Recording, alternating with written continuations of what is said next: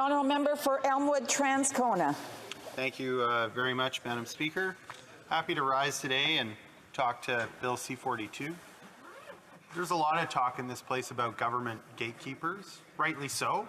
You know, there's a lot of important decisions that are made within government that have an impact on Canadians' lives, and Parliament is a place to hold those decision makers to account and to press for better decision makers, or for better decisions. Elections are the place to press for better decision makers.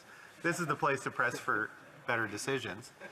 But I think what the case that New Democrats have been trying to make throughout this Parliament and many others is that there's not just a problem of government gatekeeping, but actually there's a lot of private sector gatekeepers that too often the leader of the Conservative Party in this government are either ignoring or working with behind the scenes to try and create more room for their power and their influence, which is not regularly held to account by a democratically elected Parliament, to allow their power to flourish. And if you look at our economy, there's a lot of ways in which they're able to do that, including a lot of rules around commercial secrecy and other ways that people who own significant chunks of our economy, whether that's our land, our real estate, our manufacturing, our resources, and we don't actually have a good way of knowing who those people are. And that creates a lot of problems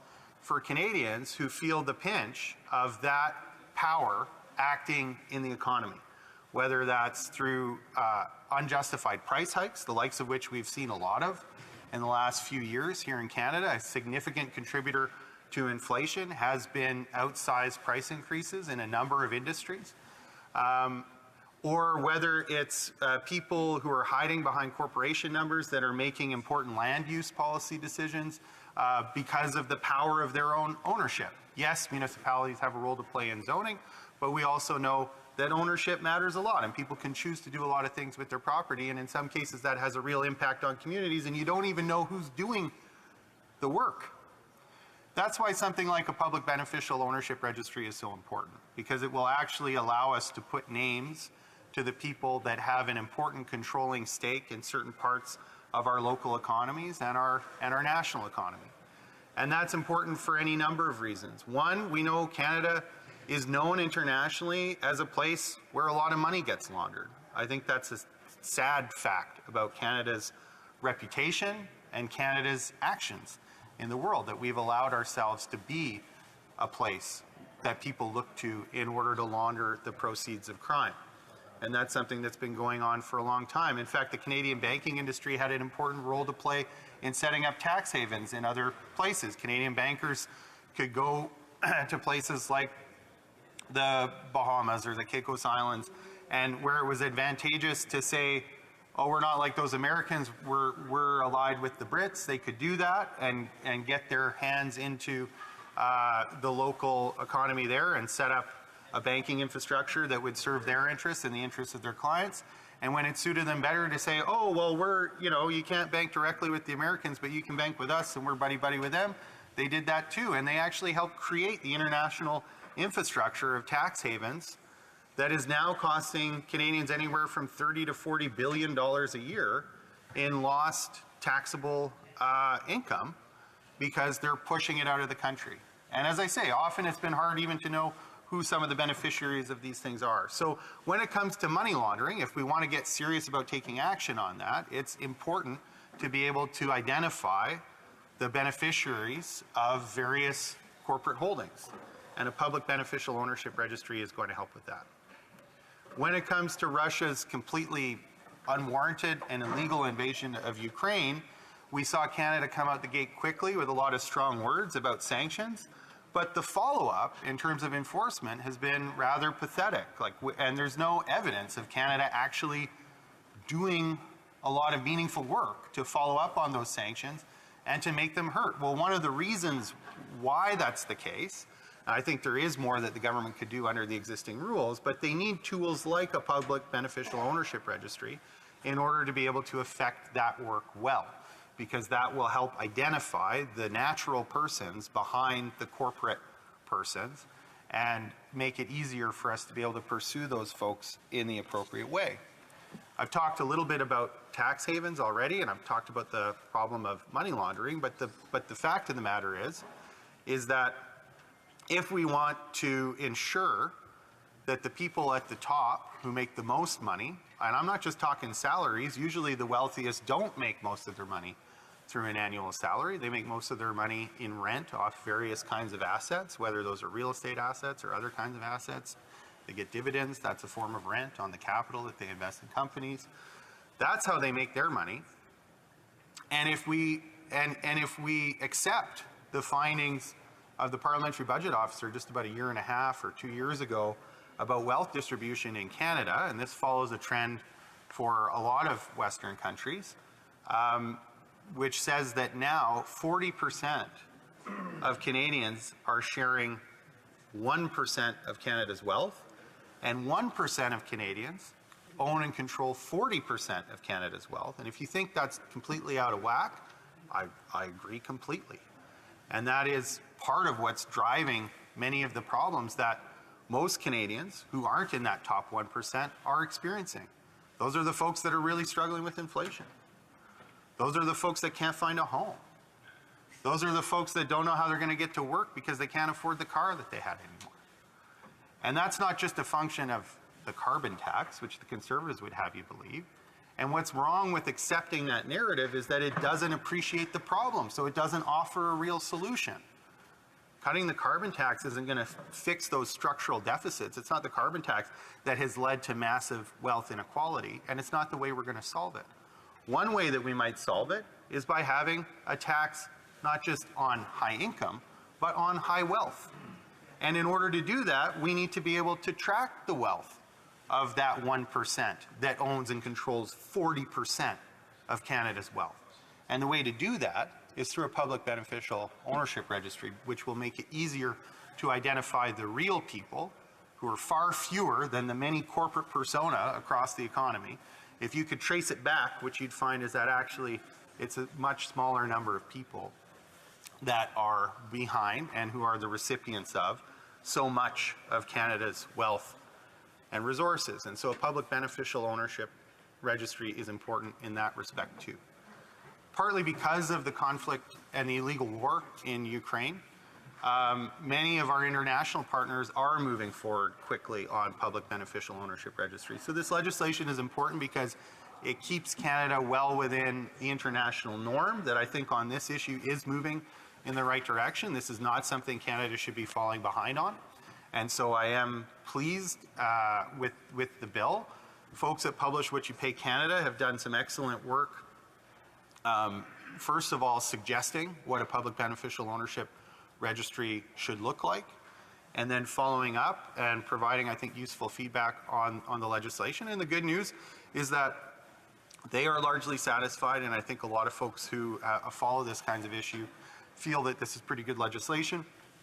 There has been discussion in the debate so far in the House about how so-called stacked ownership or different corporate ownership structures could be used to evade the public beneficial ownership registry. I think that's an important thing for us to look at committee. The Democrats are certainly open to discussions about how to improve the legislation, but feel that it's important that we do keep this moving at a good pace so that we keep up with not only our international partners who have accepted the wisdom of having this kind of registration, but also many provinces within Canada who see the wisdom of that, have been acting in their own jurisdictions to implement a public beneficial ownership registry.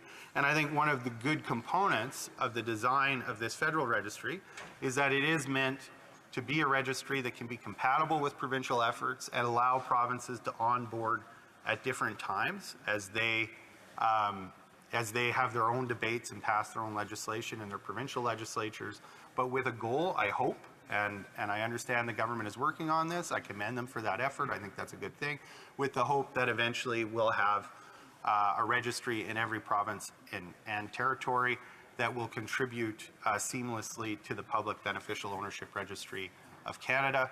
And I think that is a very good thing. So with all those reasons for having a public beneficial ownership registry in mind, and I think some optimism about the course that this bill has taken and the good work done so far, very much looking forward, Madam Speaker, to vote in favor of this at second reading and send it to committee so that we can enhance the bill where possible and ensure that Canada quickly joins the ranks of countries across the world that have public beneficial ownership registries. Thank you very much.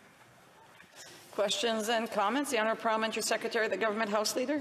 Thank you, Madam Speaker. I appreciate a number of the comments that the members made reference to. You know, the issue of tax fairness is really important to Canadians. That's one of the reasons why, Madam Speaker, one of the very first actions that this government did upon election back in 2015 is it did establish an increase in tax for Canada's 1% wealthiest. And we see that as a very strong positive. At the same time, we enhanced the tax break for Canada's middle class and those aspiring to be a part of it. Even through the years, we've been able to invest a great deal of money, going into the hundreds of millions of dollars, to ensure CRA has the financial resources, again, to reinforce the issue of tax fairness, going after individuals that are trying to avoid to pay taxes. My question to the member is his thoughts in regards to other provincial legislatures across the country in the important role they play in passing legislation of similar nature. The Honourable Member Elmwood Transcona. Thank you very much. And as I was saying in my concluding remarks, it is very important that provinces be on board. Many provinces are showing leadership already, and I think it's one of the virtues of the way that the government is proceeding on this, that provinces will be able to onboard and provide information out of their own registries into the federal registry. And I understand there's been a lot of discussion between the federal government and the provinces. What I would say in respect to the tax fairness points that my colleague raised is simply that I think, Canadians, we look around at other jurisdictions, we see, revelations like the Panama Papers and others, and we hear the government talk about investing in recovering some of those funds, but actually the record is that Canada hasn't, where other jurisdictions have. And when we hear about the resources given to the CRA, they seem more to be spent on chasing the poor to recover CERB funds that they were encouraged to get by this very government. And the big tax cheats are getting away with it, either through tax havens or through the Canada Wage Subsidy Program, which the government hasn't deigned to even try to recover a dime for. Comments? The Honourable Member for Sarnia-Lambton. Madam Speaker, and I'd like to thank the member opposite for a very thoughtful speech, as always. I'm wondering if he's given any consideration to the kind of amendments he would want to see made to this bill in order to improve it. Honourable Member for Elmwood Transcona.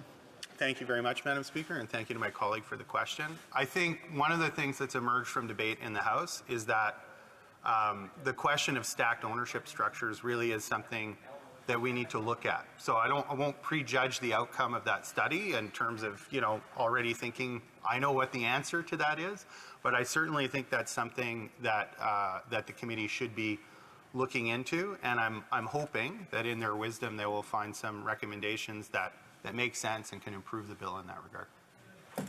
Questions et commentaires. L'honorable. Questions and comments, the Honourable Member for Mirabel. Thank you, Madam Speaker. The Minister, often when the government passes a law that's imperfect but useful, and then the government says, well, we've acted and there's nothing to be done, nothing further to be done. And that was the same thing with the whistleblower. So I would like to ask the member whether once the bill is adopted, then will everything have been done, or are there other steps that the government should take if they really want to fight tax fraud? The Honourable Member for Elmwood Transcona. Thank you. The short response is no. The work is not done just because the bill is passed. I would say that it's less of a question of resources because Revenue Canada has the resources, but it's how they spend the money. And it seems to me right now that they're focusing on Canadians who are already in a very difficult financial situation in order to recover sums that are outstanding. But there are big players who owe large sums of money, and the CRA doesn't go after them at all. So I think it should be about resource allocation, and the CRA must focus on the big players to recover big sums instead of really people who are too poor to pay their what they owe back, and they're small sums in any case. So they should go after the big players instead. The honourable member for Cowichan Malahat Langford.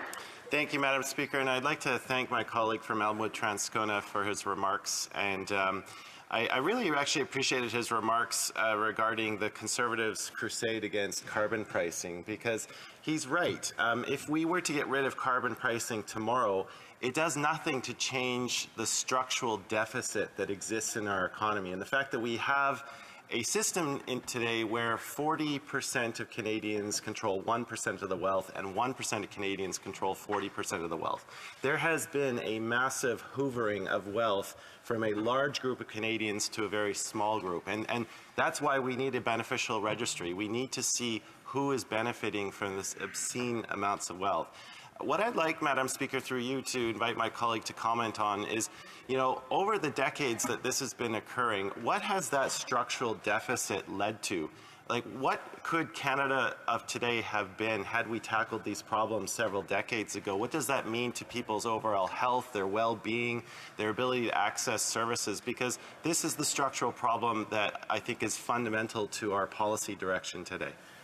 The honourable for Elmwood Transcona. Well, thank you very much for that question. I mean, I think one of the big watershed moments was in the mid-90s when the federal government decided to cut services massively.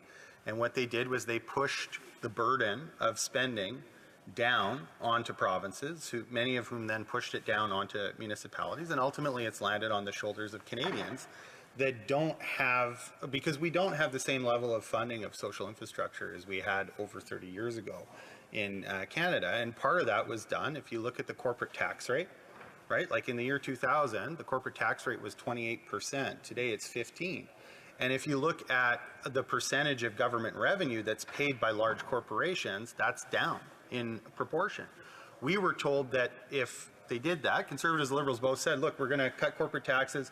This is going to allow businesses to invest in their businesses. It's going to raise productivity, and it's going to generate a lot more economic activity than holding the corporate tax rate where it is to be able to fund social services. But in fact, a common complaint of Conservatives these days, if you listen to the committee, and private sector economists, and a lot of people in the business sector, is that Canadian business investment is pathetic compared to our peers, and our productivity isn't keeping pace, because that money never was invested back into their businesses. It was shunted out into tax havens, and it was paid out in dividends that frankly aren't taxed enough, and all sorts of other things. And so the promise of the big tax cuts for the fat cats never came home to roost. It's why we should change what we're doing instead of doing the same thing and hoping for different results.